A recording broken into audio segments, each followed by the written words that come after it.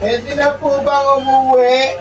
Sige, pagbibigyan kita, magpa-stock muna ulit tayo. Na naman! Ha?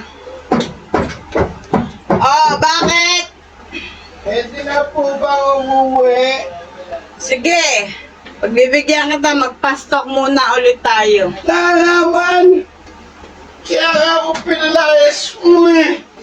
Tapos pastok na naman. Pwede na po ba? Sorry na po.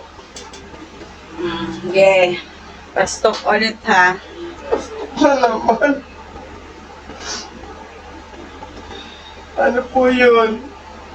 Pag binigyan ka ng pagkakataon ng panahon, ako pa rin ba ang pipiliin mo? Ayun naman po. Wala na po ako tutulugang ibang bahay. Siyempre, di ikaw pa rin po.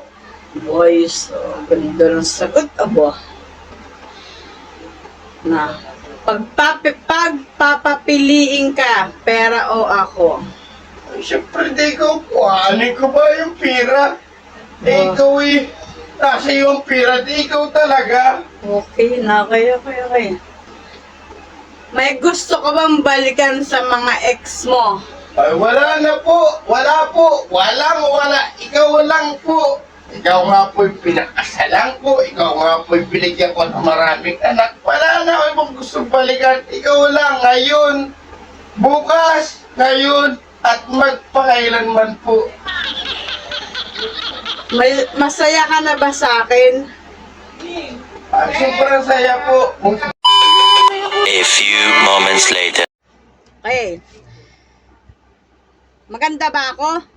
Ay, sobrang ganda mo po. Wala na nga po ko ibang makitang maganda, kundi Wow. ikaw lang po. Ikaw lang po ang maganda. Nice. Ikaw. Ayos yun. Bakit ka ba nakatalikod? Wala na nga ako ibang makitang maganda, kundi ikaw. Pero may pagkakasuntok mo naman sa akin. Mas mapalayasin, may bonus pa suntok. Sakit nga ng paka ko yun. Yan ang napapala mo. Diba, may babalikan ka, mapapala mo talaga yan. Wala, ito ngayon, lang. Mabango ba ako? Sobrang bango po. Tignan nyo nga po yung kilikili nyo kahit napakataba. Oh my God! Bango! Napakabango mo po. Mahal na mahal po.